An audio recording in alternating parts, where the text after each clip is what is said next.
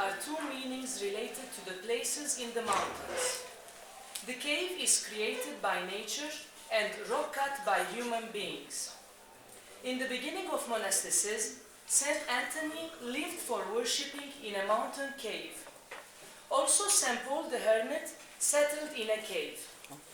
After the spread of monasticism in the Nile Valley, some people followed this road and moved towards the mountains to settle and worship. The geology of Egypt, and particularly in the Nile Valley, shows that the limestone formations are found from Cairo up to Kenna, then sandstone formations. These mountains were used extensively during the ancient Egypt, Old, Middle, New Kingdoms, and late periods. And this area flourished during the Ptolemaic period by erecting new cities along the Nile River. These mountains were used for both burial purposes or for quarrying. As the ancient Egyptian tombs were cut into the mountains, the quarrying into these mountains created hollow areas that look like rooms. In the late Byzantine and Coptic periods, the monks and hermits used both caves and rock-cut spaces following the father of monasticism. However, the surveying of ancient quarries along the Nile Valley indicated that the ancient Egyptians left an enormous number of quarries to the east and the west of the Nile. In the vicinity of Assyut, some monasteries can be recognized, such as St. Tadros el-Shadbi and St. Mina at the east side of the Nile from north to south respectively, in about less than 10 kilometers. At the west of the Nile, Deir Dronka, Deir Rifa, Deir el-Balayza, Deir el-Ganadla, and others in a distance of about 25 kilometers long. In this study, only 4 monasteries are selected. They are from north to south: Deir Abu Mina, Deir Rifa, Deir Dronka, and Deir el-Ganadla. Only 1 monastery is located in the east and the other 3 in the west. In the locality of Assyut, 3 geological limestone formations can be distinguished. On the east, Minya Formation, and in the west, from north to south, are Samanlot Formation, Minya Formation, and Dronka Formation. From prior, some reasons emerged to focus on this subject. Until now, there is no comprehensive study of the nature of these kinds of monasteries. If there is a relation between these sites that scattered are along the Nile, the importance of these sites equal to the other monasteries near the foot of the mountain. If there is a certain period in which this kind of monasteries flourished. These sites are often neglected by scholars, so this paper is shedding some light on the importance of this kind of churches and monasteries. First, the Hanging Monastery. It is located on the east bank about 13 kilometers from Assyut city. The monastery is dedicated to Abu Mina, who is considered one of the most popular saints in Egypt. He is very well known as the Miraculous because of the countless miracles God performed through him throughout the centuries. Also, this monastery called Deir el-Mu'allaq because it is located about 170 meters high of Jabal Abu Fawda, and the church of Saint Mina occupied the outer part of the deep rock cut. The dating of this monastery is problematic and needs further research. The site goes back to pharaonic time and used during the Roman period as a quarry and then became a monastery. It was visited and mentioned by many scholars such as Al-Makrizi in the 15th century, Vanslab in the 17th century, and Sikar in the 18th century. Now the monastery belongs to Abnob and El-Fath bishopric. Secondly, Deir Dronka. This location is an ancient quarry and was used during ancient Egyptian period, from the Old Kingdom till the late period. In 1916, this site was excavated by Kamal and resulted in some findings that date back to the ancient Egyptian and to the Coptic period. The monastery is located on the west bank, about 8 kilometers southwest of Assyut city. It placed about 100 meters high on Jabal Dronka, and it is dedicated to Virgin Mary. And within it, the cave chapel of the Virgin, which is originally an ancient Egyptian quarry, traditionally is said to date from the 1st century. The monastery consists of 2 separate rock-cut quarries, and they were circa 300 meters apart. It is surrounded with buildings that were built on the slope of the mountain for accommodation for pilgrims. Although this monastery lacks decorated elements, it is considered one of the popular and largest pilgrimage destinations for Christians in Egypt. It was also visited and mentioned by many famous historians such as El-Makrizi and Vansleb, and now the monastery belongs to Assyut Biosphère. Thirdly, Der Rifa. The monastery is located on the west bank about 4 kilometers south of Der Dronka, and it is placed on the cliff of Jabal Dronka. It consisted of 2 churches away from each other, circa 100 meters. The first one is dedicated to Saint Theodore, or Amir Tadros in Arabic, and the second is dedicated to Virgin Mary.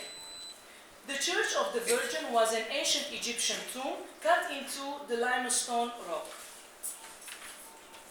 The Church of Saint Theodore is built inside the large tomb with 2 columns. The Church of the Virgin comprises a screen with inlay that veils the Haikal. The lattice screen divides the space into a hurus, a men's section, and women's section. Der Rifa was visited and mentioned also by many historians, Makrizi, Vansleb, the Duke of Saxony, and the Jesuit priest Julian, and in 1930, Somers Clark. Nowadays, this monastery is designated as a military area and it is difficult to visit. Der el-Ganadla. The monastery of El-Ganadla, also called the monastery of Virgin Mary. It was established into ancient Egyptian quarries to the west of the village of El-Ganadla, about 25 kilometers southwest of Assyut. It belongs to Biosperic Abu Tib. The monastery has 2 churches. The main church, or the old one, is dedicated to Virgin Mary and probably dates back to the 6th century.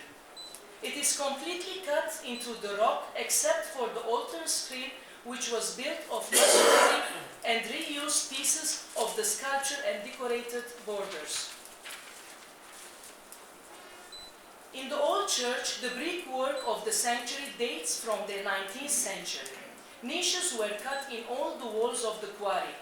They have beautiful conches and the gable-shaped upper part, significant to the niches in the churches of the monasteries of Sohag. As for example, in the Church of the Red Monastery, all the architectural elements of the niches, the walls and the ceiling were painted.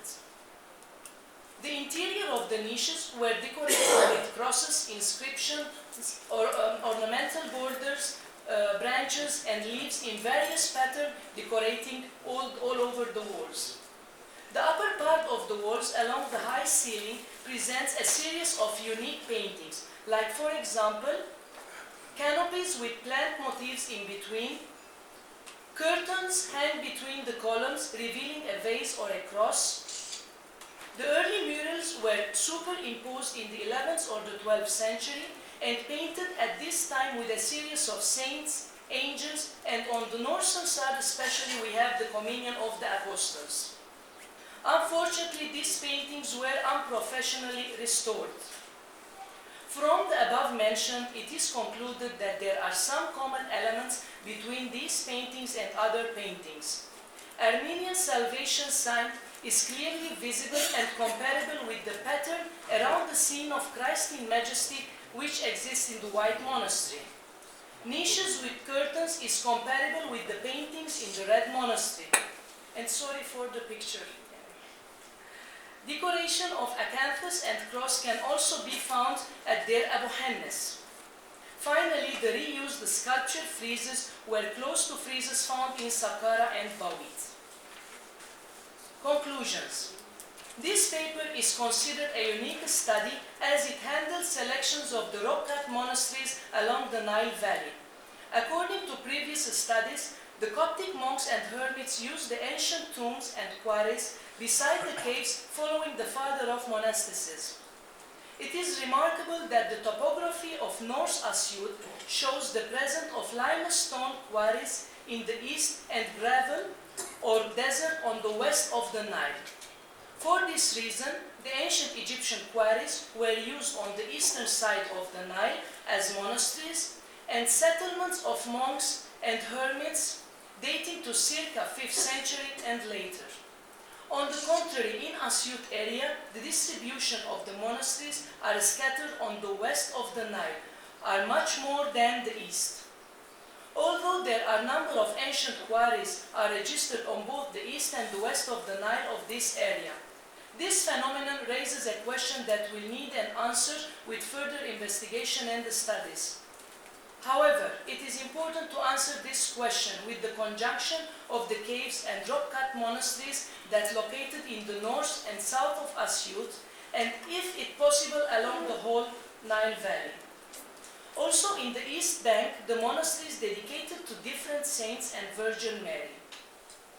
In Assyut, it is remarkable that on the west of the side of the Nile, 4 monasteries of rock cut at a distance of 25 kilometers are dedicated to Virgin Mary and traditionally were terminals of the Holy Family. This also raises a question why the terminals of the Holy Family in this area were seen as quarry areas. However, to be able to confirm this question, one should study the different sites of the Holy Family in Middle and Upper Egypt comprehensively, in conjunction with the literary tradition.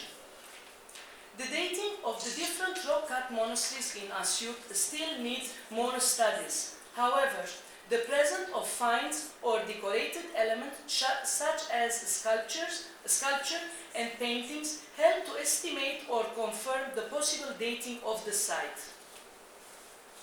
As most of the ancient Egyptian quarries are registered and published by Clement Clem in 2008 and Harrell in 2009, it is quite important to study the rock-cut monasteries in conjunction with these geologic studies. Finally, all the known rock-cut monasteries that are distributed along the Nile on the east and the west should be studied megascopically and microscopically by groups of for each region, their distribution and location, their dating and their dedication. This study can give an idea if this kind of monasteries flourished in certain periods and certain areas with some specific dedications. However, the rock-cut monasteries that are dedicated to the Virgin in the west of the Nile most probably date back to the end of the 5th or to the 7th century. But one must be careful about the dedication, as each place could be changed from period to another.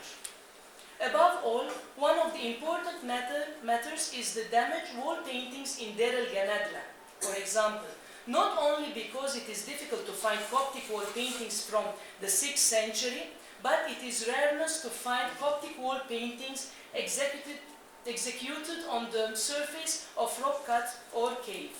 For this reason, it is important to investigate and technically study the different layers of these paintings, trying to find out if there is any possibility to restore these unique paintings.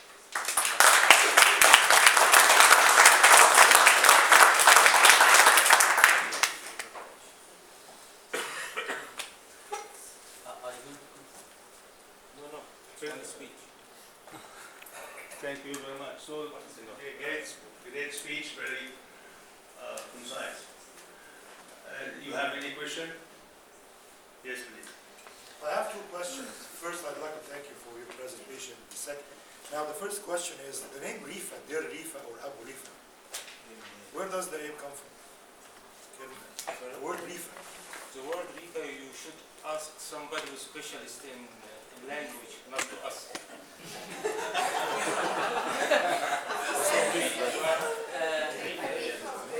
So is this From the reef, the countryside, Yes, could be. sometimes other things, but it's mostly countryside and, you know. so it's an Arabic word? Pardon? It's originally an Arabic word, Yes, of course. Yes. not a Coptic word corrupted in some. The second is regarding the churches of Saint Theodore. Are they all dedicated to Saint Theodore of Shotep, or both Saint Theodore of Shotep and Saint Theodore the Oriental? Well, the dedication is very problematic, something in these sites. Number one, we don't have enough studies about it. We don't have records. It's not mentioned well.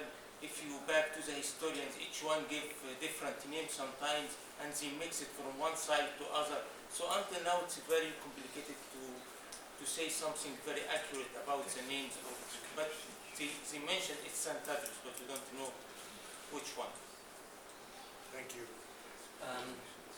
It is amazing that you were the first to study such monasteries, some of them. Are you sure nobody before you really done something in these sites? Because it's the first time. There is some work had been already done, I think, by Egypt, yes. Gertrude Balloon already is Yes. working in Minya, Yes. but it's not Enough. It's not enough. It's only one side, other Yes, side. for example, in the Hanging Monastery, for example, till now we know there are paintings there, but we haven't seen. It is important to go there and to see the situation and. So, So It was restored, but nobody mentioned it. Yes. yeah, have been restored, but it is not still enough. No, yes, thank you very much. It is good that they study a group of these caves or Yes. well, rock monasteries, if you can say With together. comparison and, Yeah, yes. yeah. It is also from the geological point of view also how they. Yes. So yes, please. Just for your bibliography, it's very important to do new work, and you've been doing that, and that's great. But there is an article from the 1950s by Alexander Badawi, who pulls Yes. together all of the, so it's not, No. Yeah, Alexander Badawi is I know this article. It is not only the caves, but the use of tombs, exactly, yes. of the ancient Egyptian tombs by the Copts, by the monks, whatever. This is we invited Anki Bimaun, who apologized to give an introduction to all this story. He studied as an architect or And we he hope used that to in do. the volume we will have all these things. So Maurice Martin also. So thank you for that. Any more questions? So thank you very much. Everyone.